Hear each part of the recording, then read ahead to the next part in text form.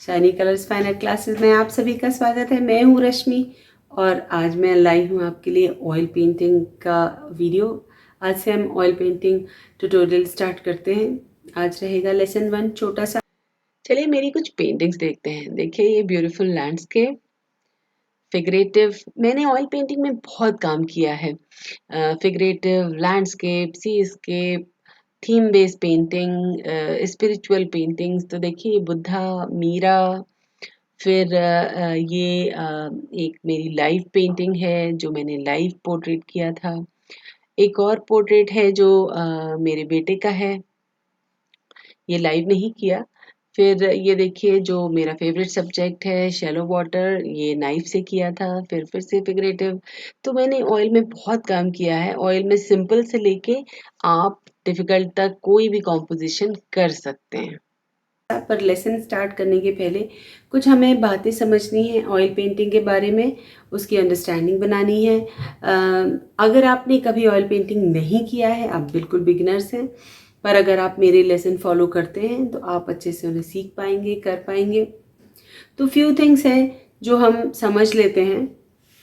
पहले तो medium, oil painting medium oil based medium है। इसके जो ब्रशेस हैं वो हमें थिनर या फिर जो ऑडियोलेस स्पिरिट आता है उससे वॉश करने होते हैं। जो टर्पेंटाइन ऑयल होता है उससे भी आप धो सकते हैं, वॉश कर सकते हैं। तो ये जो मीडियम है ये वाटर बेस नहीं है एक्रिलिक की तरह, ये ऑयल बेस है। और इसके जो ब्रशेस है वो आपको अलग रखने हैं। ऑयल और एक्रिलिक और वाटर कलर ये सब अलग अलग ब्रश होने चाहिए, क्योंकि एक्रिलिक वाटर बेस होते हैं और ऑयल ऑयल बेस होते हैं। तो दोनों के ब्रशेस आपको सेपरेट रखने चाहिए। और वाटर कलर तो बिल्कुल ही अलग है, वाटर कलर को तो आपको एकदम सेपरेट रखना चाहिए। तो ये है बेस के बारे में। जब हम ऑयल पेंटिंग स्टार्ट करते हैं तो एक बात का ध्यान रखना है कि जो ऑयल पेंटिंग के कलर्स आते हैं आर्टिस्ट ग्रेड के, आप कैमल से स्टार्ट कर सकते हो, विंसर एंड न्यूटन का स्टार्ट कर सकते हो। मैंने जब सीखा तो कैमल से सीखा। अभी भी मैं विंसर एंड न्यूटन के कलर यूज़ करती हूँ जब कमीशन काम करती हूँ। प्रैक्टिस का वर्क है या फिर जो क्लास वर्क है वो सब मैं भी कैमल से ही करती हूँ। सारे आर्टिस्ट करते हैं। कैमल के कलर अच्छा पिगमेंट है। ब्रशेस ध्यान रखना है। ब्रशेस जब हमें ऑयल कलर के लिए लेना है तो वो हॉग हेयर वाले हार्ड ब्रशेस होने चाहिए। जो सिंथेटिक सॉफ्ट ब्रशेस होते हैं वो ऑयल कलर में काम नहीं आते हैं। फाइन डिटेलिंग के लिए ठीक है हम यूज़ करते हैं, जब हम लेयरिंग करते हैं, ऊपर ग्लेजिंग करते हैं डिटेलिंग के लिए, तो हम सिंथेटिक सॉफ्ट ब्रशेस यूज़ करते हैं। अदरवाइज आपको यूज़ करना है हॉग हेयर वाले जो ब्रश होते हैं हार्ड वाइट कलर के। ये ऑरोरा के भी आते हैं, डॉलर ओनी के भी आते हैं, कैमल कोई किसी के भी आप यूज़ कर सकते हैं। तो थर्ड थिंग जो है वो है हमें समझना है कि जब हम ऑयल पेंटिंग करने जा रहे हैं तो हमारा सरफेस कैसा है, किस सरफेस पे हमें ऑयल पेंटिंग करना है। ऑयल पेंटिंग पेपर पे नहीं होती है। जो पेपर ऑयल पेंटिंग के लिए आता है वो ट्रीटेड होता है। उसके ऊपर जेसो एंड ऑयल का जो एक थिन लेयर होती है। ऑयल कलर जो है वो आपको कैनवस पे ही करना है या फिर लाइनन पे करना है। पेपर जो डिफरेंट आता है वो आप खरीद सकते हैं, पर कैनवस बेस्ट होता है, चलता ज़्यादा है। और आपको अगर प्रैक्टिस करनी है तो आप उसको अगेन एंड अगेन जेसो कर सकते हैं, रीयूज़ कर सकते हैं। प्रैक्टिस के लिए आप एक ही कैनवास को 2 या 3 बार यूज़ कर सकते हैं, लेकिन प्रैक्टिस के लिए, फाइनल पेंटिंग के लिए नहीं। तो जब हम उसके सरफेस को तैयार करते हैं, कैनवस को देखते हैं, तो कैनवस आते हैं 2 तरह के। एक तो बोर्ड आता है और एक स्ट्रेस्ड कैनवस आते हैं। स्ट्रेस्ड कैनवस अच्छे रहते हैं, थोड़े महंगे होते हैं, उनके ऊपर जेसो और एक्रिलिक का वॉश भी अच्छे से रहता है। लेकिन अगर आप खुद से कैनवस बनाते हैं, लेटर ऑन में मैं आपको दूंगी वो ट्यूटोरियल कि अगर आप रोल खरीदते हैं और खुद से कैनवस बनाते हैं तो उसमें जेसो और एक्रिलिक का वॉश ठीक से नहीं होता है, तो आपको उसके ऊपर एक जेसो का वॉश करना होता है। नहीं तो जो आप ऑयल पेंटिंग कर रहे हैं वो ऑयल जो है वो एब्जॉर्ब कर लेता है कैनवस और ऐसे लगता है पेंटिंग बहुत ड्राई है। तो आप इवेंचुअली होता क्या है, फिर आप कलर में ऑयल मिलाते जाते हैं। तो कलर में ऑयल नहीं मिलाना है, कलर ऑलरेडी अच्छा होता है, उसकी जो लिक्विडिटी होती है वो रेडी रहती है। अगर तो कलर बहुत ड्राई नहीं है, पुराना नहीं है, तो आप कलर को ऐसे ही यूज़ करिए। तो जो फोर्थ पॉइंट है मैं कहने वाली थी कि कलर में आपको ऑयल नहीं मिलाना है। एक बार जो सूख गया तो उसको हमें फेंकना ही पड़ता है, नया फ्रेश कलर लेना पड़ता है।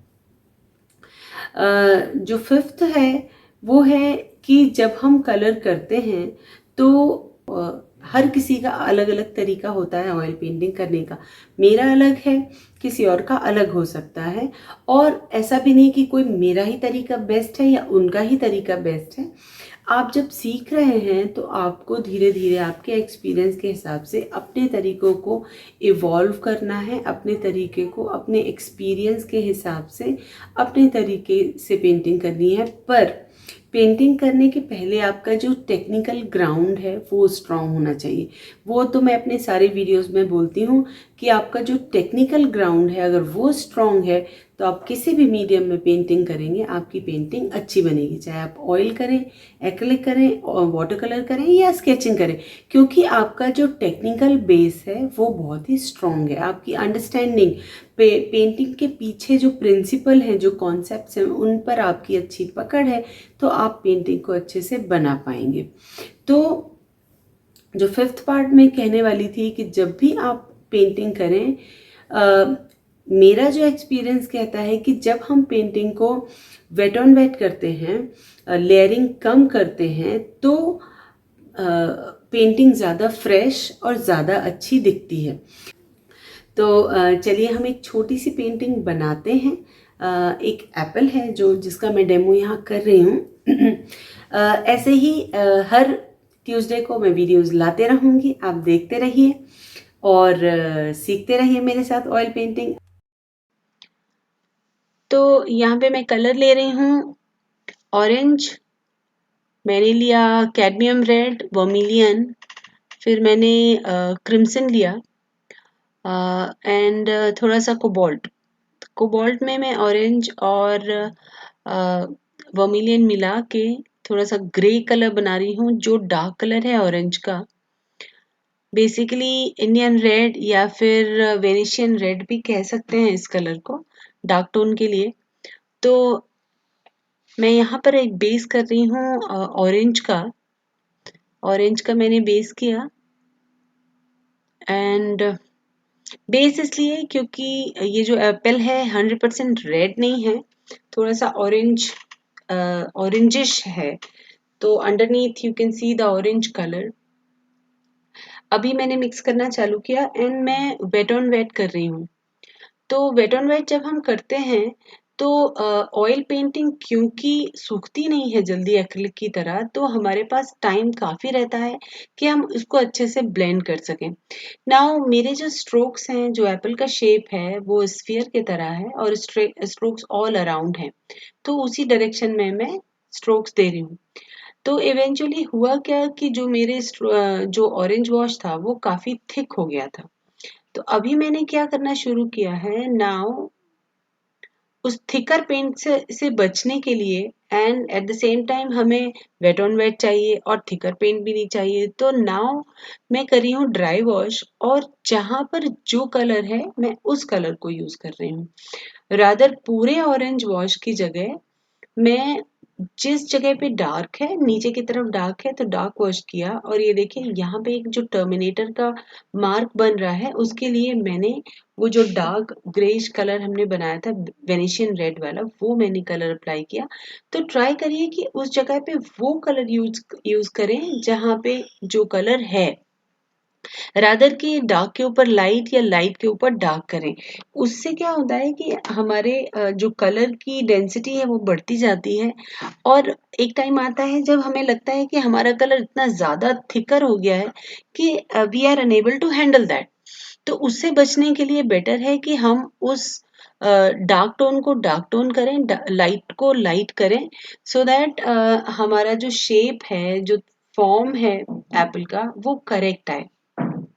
पर इस सब के साथ हमें एक स्फीयर के फॉर्म की भी स्टडी ज़रूरी है, जो मैंने पहले भी एक दो बार अपनी वीडियोस में बताई है कि किस तरह से लाइट एंड शैडो काम करती है, किस तरह से हम टर्मिनेटर बना सकते हैं और रिफ्लेक्टेड लाइट और डायरेक्ट लाइट के बेस के हिसाब से हम अपने फॉर्म को, जैसे ये एप्पल का फॉर्म है, इसको हम 3D इफेक्ट दे सकते हैं। तो ऑब्जर्व करना है हमारे ऑब्जेक्ट को ध्यान ध्यान से। ये जो एप्पल है वो ग्लॉसी फिनिश है। ग्लॉसी फिनिश होने से जो लाइट है डिफरेंटली तरीके से रिफ्लेक्ट करती है ऑब्जेक्ट से, और अगर यही सरफेस अगर मैट फिनिश होता तो वो डिफरेंट तरह से रिफ्लेक्ट करता है। तो हमें ये ऑब्जर्व करना है कि हमारा सरफेस किस तरह का है। लाइट ब्राइट रिफ्लेक्ट हो रही है या लाइट ग्रेजुअली रिफ्लेक्ट हो रही है, मैट फिनिश रिफ्लेक्ट हो रही है, एंड कहाँ पर किस एरिया में डार्क एंड लाइट का ट्रांजिशन है। इन सब चीज़ों को हमें करेक्टली देखना है। तभी अगर हमें इन टेक्निकल टर्म्स की, टेक्निकल बातों की नॉलेज नहीं है, तो हम इन सब चीज़ों को अपनी पेंटिंग में अप्लाई नहीं कर पाएंगे। इसीलिए मैं हमेशा बोलती हूँ कि अपने आर्ट को स्ट्रॉन्ग बनाइए, टेक्निकल पार्ट को अच्छे से स्टडी करिए, सो दैट जब आप पेंट करें, चाहे छोटा ऑब्जेक्ट बनाएं या बड़ा ऑब्जेक्ट, देखने वाले को लगे कि यस, आपको आपके सब्जेक्ट की नॉलेज है, और अ, वो तुरंत ही अपील करती है व्यूअर्स को कि यस, वाओ, क्या काम किया है इन्होंने।